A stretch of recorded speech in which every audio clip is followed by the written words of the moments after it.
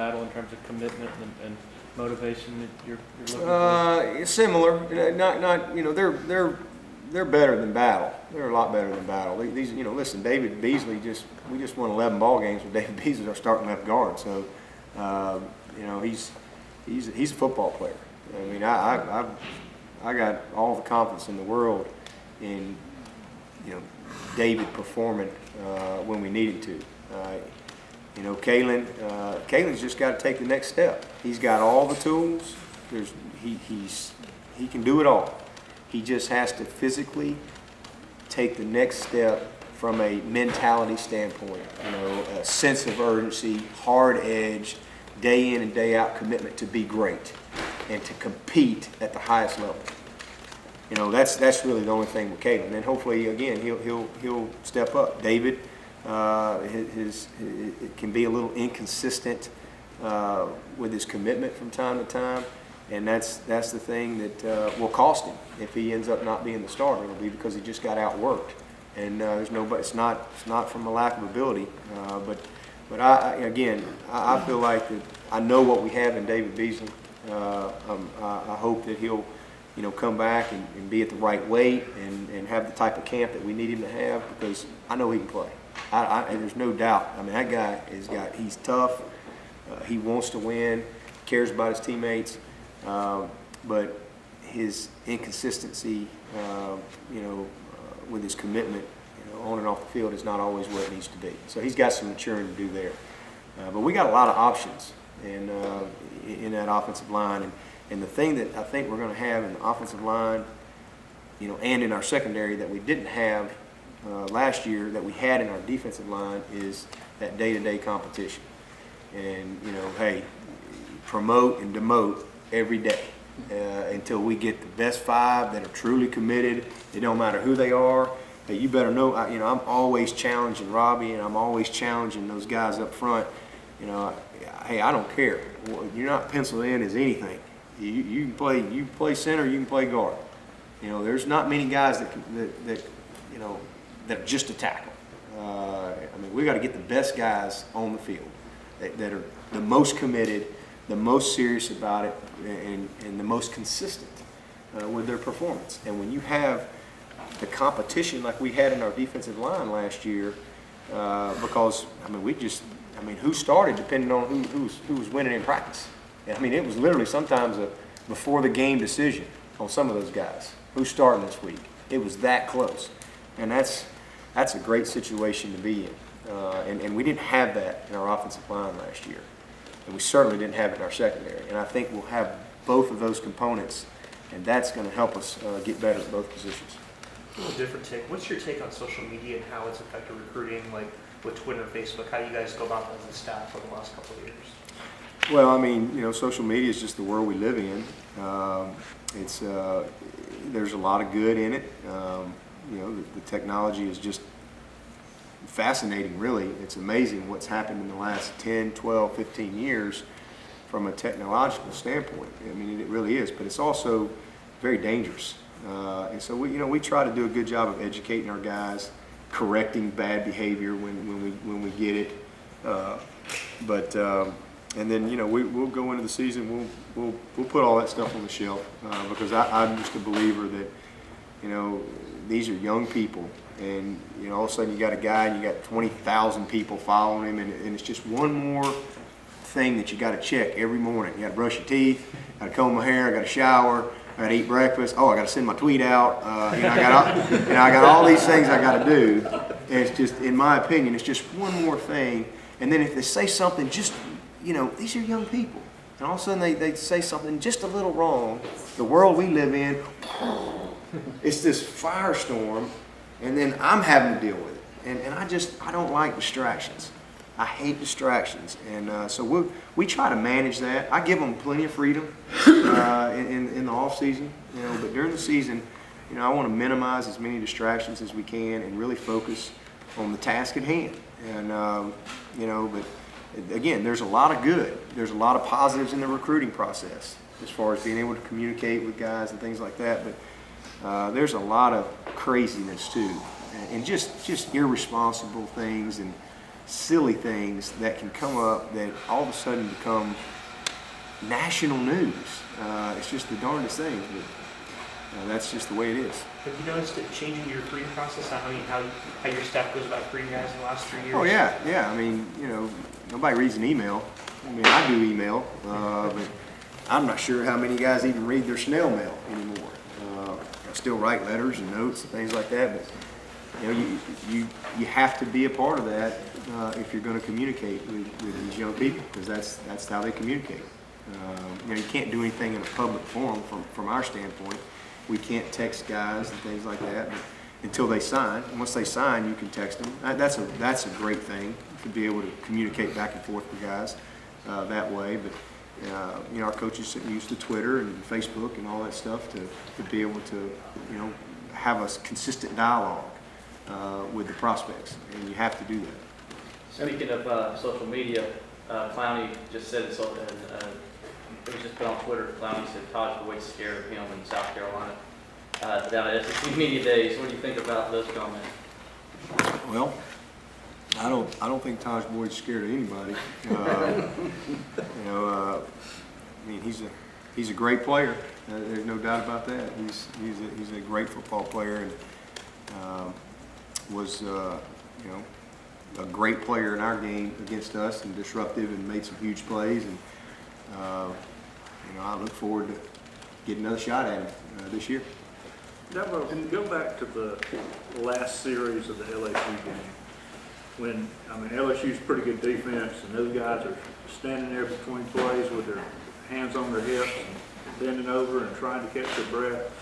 When you went out and got a new coordinator in Chad, is that the kind of thing you had in mind as the fruition of that fast pace? Yeah. I mean, that Chad wouldn't be here if the philosophy wasn't right.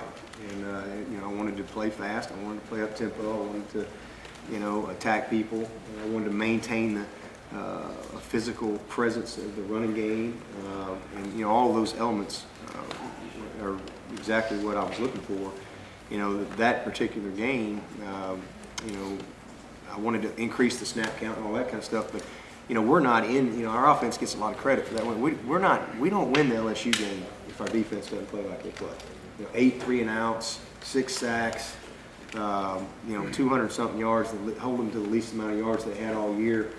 We don't win that game. We don't have a chance to win the game without our defense. Offensively, we had our hands full. We hit a few plays here and there, but we had our hands full with those guys, and they played incredibly hard and tough on defense. But we just hung in there, and we put enough drives together, and our defense just kept giving us the ball. And when we hit the 4th and 16, because they kept trying to put us away, but when we hit that 4th and 16, you could almost just feel the air come out of them, because it was just like, these guys won't go away, they won't quit, and so. But as far as my expectation of what we're doing, absolutely. It's played out exactly like I dreamed it would and hoped it would. And, when we signed Taj Boyd and Sammy Watkins and those guys, that we'd be able to be explosive. And that's what we've been. In the past, you talked about how Spiller allowed the guys to kind of reach the next level in terms of visibility recruiting-wise and attracting top-tier talent. Do you see Taj and Sammy is kind of carrying the torch in that regard?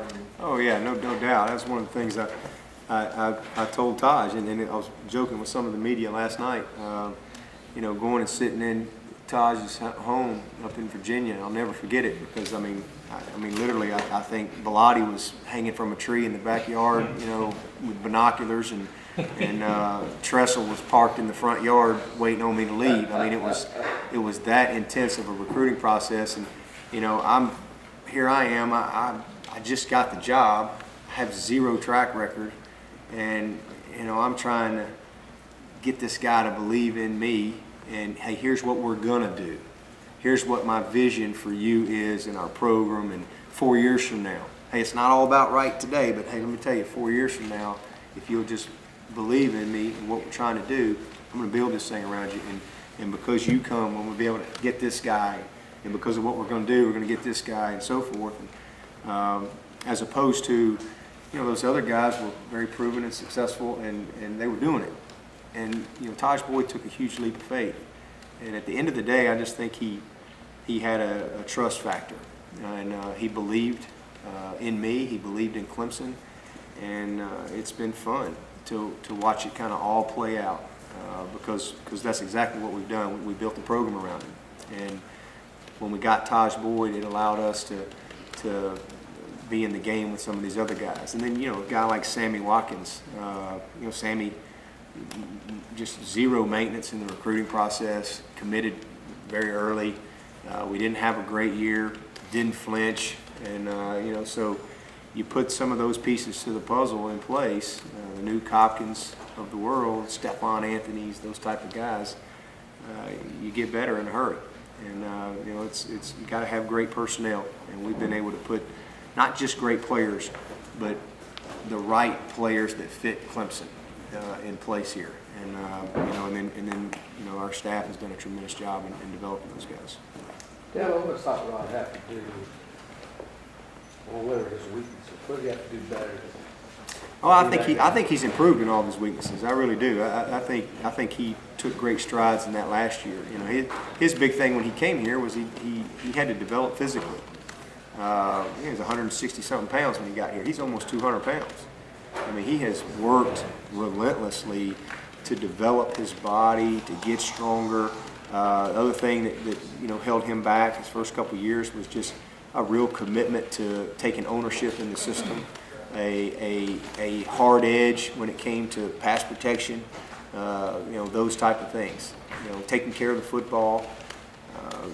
Those are things that early on he was very inconsistent in all those areas. But I tell you what, he has been. I thought he was as important a piece to the puzzle for us last year in winning 11 games as anybody. Andre Ellington was a great back, but I tell you what, in that LSU game, I said, hey, let's leave this guy in here. I mean, I thought he was just outstanding, and his confidence was another area that he had to really improve. He wasn't a very confident guy, but he is incredibly confident now because he's had some success and he's paid the price and he knows what he's doing and he gets it and he is a leader and he has really relished that role. I mean, it's a guy that I have a tremendous amount of respect for because he stuck it with it and he's hung in there. Listen, this guy's had Spiller, Ellington, Jamie Harper. I mean, he's had a bunch of them here. And he's just stayed with it and worked hard. And let me tell you, he is a very talented runner. This is not some average guy. I know what I've seen on our practice field. I know what I saw last year. And, I really think that he has the potential to be a very impactful player. But, we're not a team that's going to play one running back. I mean, we're going to snap the ball 85 times a game. We don't have a running back that can go out there and play 85 snaps. That's just not reality for us. We're not going to be a very good offense if we don't have at least 3 very productive backs. We really need 4 guys that can go be productive, that we can play. And hey, somebody's going to get hot, whatever, but we really need that in this system. And to be honest with you, if you look around and you look at some of the other successful teams, rarely do you just see one back. There's usually a combination. Heck, we played LSU. They had 5 of them. They were all like 230. I mean, you didn't know who was going to play. I mean, you just prepared for all of them. I mean, they were all good. And we're getting ready to play Georgia. Man, who cares who runs out there the first play? I mean, those guys can play. And so that's hopefully what we're going to develop into and have a bunch of guys that can go in and perform at a high level for us because that's what we need. Hot Rod is where it starts for us. He's earned that. It's really not close. I mean, he has clearly earned the right to be the starter for this football team. Now he's got to, go do it all over again in camp, and then he's got to perform consistently on game day. But I'm excited for his opportunity. Chad said he didn't want Sammy going in for 6 plays and having to come out. Do you think Sammy's ready to assume the share of the load, I guess, that he's going to be called upon to? Oh, yeah. Yeah, Yeah, Sammy's ready. Heck, y'all heard him. They came out with his preseason, comment. I guess he's ready. So he better be ready. He got to go walk the walk now, doesn't he? No, Sammy has grown tremendously in 2 years. He's, he really had a good year last year. He just, when you just break it down and you look at his snaps and the games and the quarters that he played in, and his production was pretty good. It's just that it was so inconsistent with him being on the field, and kind of out of the picture a lot in 4 or 5 games, and they have a couple games that you kind of get ahead and take him out. But he's very anxious to get the season started, and I'm excited about what he's going to do this year, and I think he can play as many snaps as we need him to play, and he's ready to go. Anything else, since we're gonna do this again next Monday anyway? Dabo, I just have one question. It's a little off topic. It's for a charity event down in Columbia. I think you're going to Columbia. This is going to go down in Columbia. Fisher DeBerry? The Fisher DeBerry deal? I think so. Yeah. Okay, yeah. Coaches for Charity. Just talk about how important you think it is to give back, and then what charities are you involved in or involved with this year? Well, I mean, I think that it's whether you're in this type of role or not. I think that one of the greatest lessons in life is learning the value and the importance of giving. Helping others, and that was one of the first things for me in getting this job and having this platform, if you will, that I just really wanted to take advantage of, and that is making a difference in our community and helping others, just giving back. And Kath and I have been very passionate about our foundation that we started a few years ago, the All In Team Foundation. It's been a lot of fun to be able to make a difference. We have some very key focus areas that we concentrate on, but we really have a grant program that we give to a lot of things, and it's just been a real joy to be a part of that. The Coaches for Charity event that I participate in every year for Fisher DeBerry is a lot of fun because it brings all the college coaches together from the state, and everybody has kind of their charity of choice. And we get together, we have a little fun, we raise some money, and all that money goes to the right cause. And it's just, again, taking advantage of the platform, and there's no greater thrill to me than giving to others and giving back, and remembering where you came from, and I think just paying it forward, if you will. That's a real joy, and I think there's a lot of power in understanding. That's one of the keys to success, in my opinion, is being a giver. I really believe that. Thanks, Coach. I appreciate it.